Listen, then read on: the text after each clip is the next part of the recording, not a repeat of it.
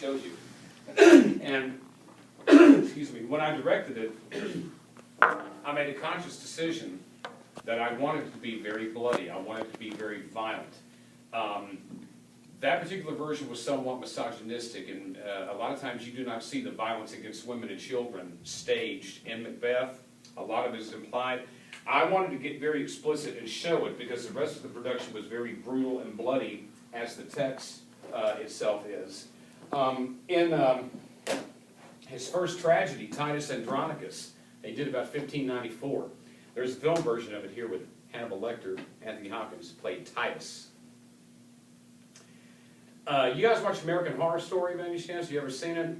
Well, Jessica Lange plays the evil Queen Tamora in this production here.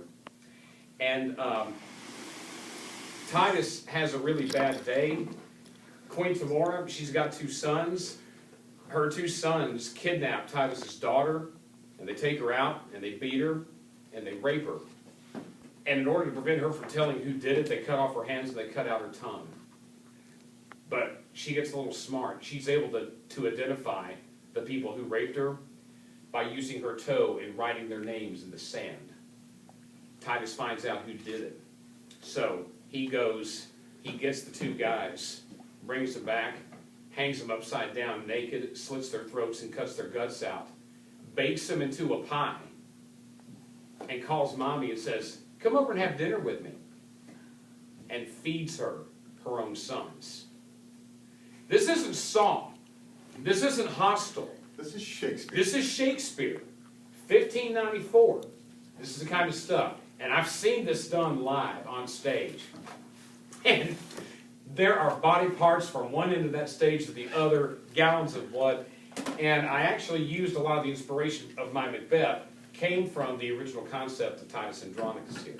And the film is excellent, and yeah, it does show all that stuff in it. And I wanted to make this as brutal and bloody as possible, but also one of my goals in directing Shakespeare this way was to show guys your age that it doesn't have to be about men walking around in tights going, "Oh, Titus, bring your friend hither." It doesn't have to be like that. Shakespeare is not meant to be stuffy. It's not meant to be academic. The reason being is simple. Shakespeare's audience was illiterate. These guys couldn't read. They went to the theater to be entertained. They saw plays at church. They couldn't read the Bible, so they would go see a play about Noah. They would go see a play about Adam and Eve and the fall of man. That's how they learned their Bible lessons, not from reading the Bible. They couldn't read. These are plays. Plays are not written to be studied in a classroom. Plays are meant to be active. A lot of problems with Shakespeare is that he uses a lot of outdated words that we don't use anymore. Okay, I gave the example of the last period with Hamlet. Hamlet, one of his most famous speeches is "to be or not to be." Even people who don't know the speech know that phrase, "to be or not to be." That's how popular it is. That's how well known it is. And in that speech, excuse me, Hamlet is determining whether or not to commit suicide. And he says he can't bring himself to do it because God said no. Or as he phrases it, the everlasting fixed his canon against self-slaughter. It's not God's will for you to commit suicide. So in other words, God said you can't kill yourself. God said you can't kill yourself. But Hamlet talks about, man, if I could only kill myself and it would end all my problems. Guys, there's teenagers who deal with that kind of crap every single day. You may be friends with some of them. This is a universal theme Shakespeare writes about.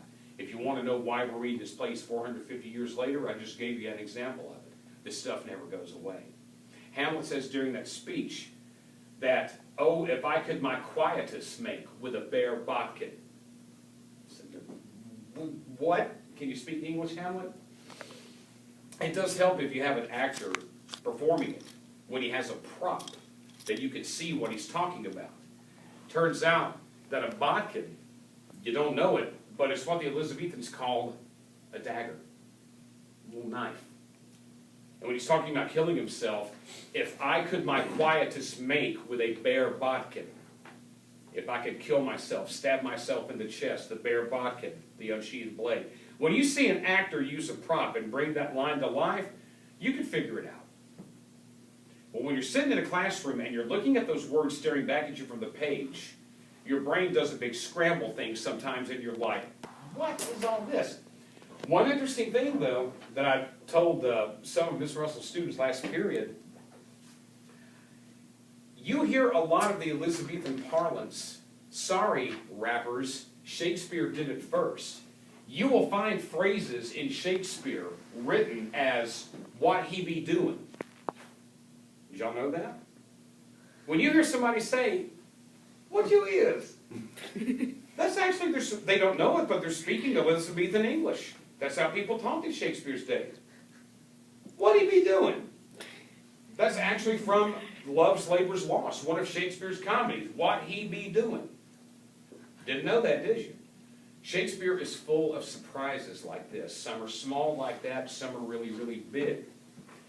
But the language seems to be the biggest barrier, because when you're reading those words on the page, Shakespeare is writing in poetry, okay? It's what English professors in college will teach you. It's called, and I don't know if you've discussed this, it's called iambic pentameter. You guys familiar with that term? All it means is that generally, now it's not the rule, but generally in Shakespeare, when you read a line of Shakespeare, there are 10 syllables in the line, like a meter of poetry. And it has a rhythm with 10 syllables.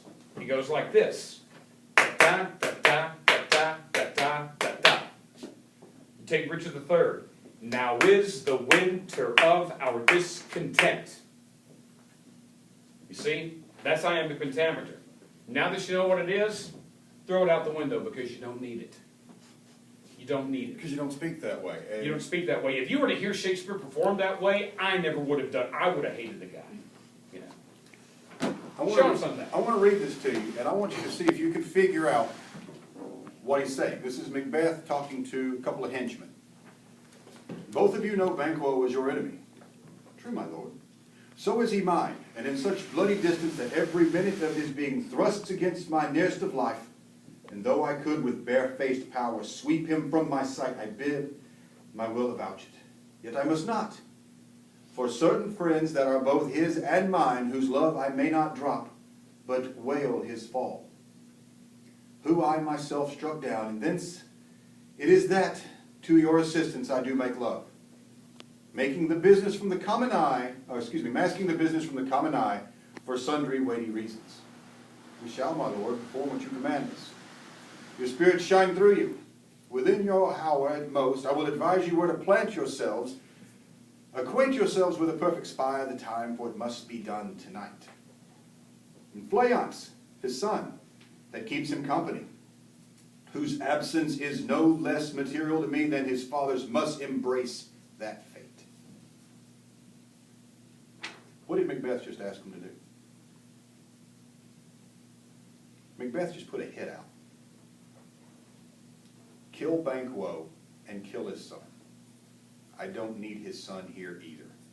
His son's death is just as important to me. So Macbeth just put a hit out on a 13-year-old. Stuff. It's not all, oh, I love you, Romeo. Romeo, Romeo, well, what now, Romeo? Oh! It's not that. That is not all Shakespeare is.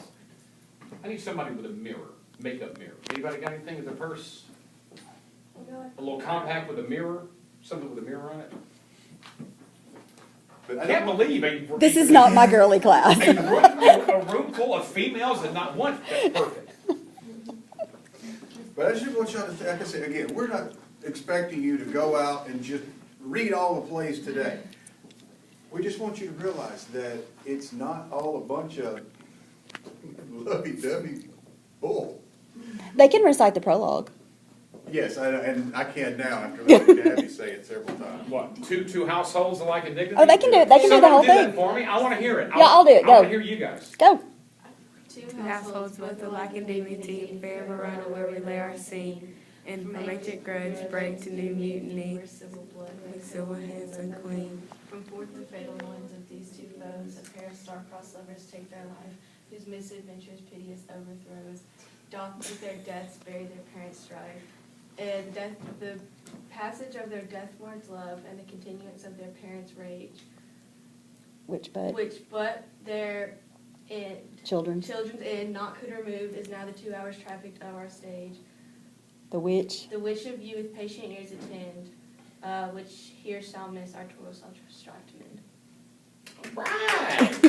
Very good.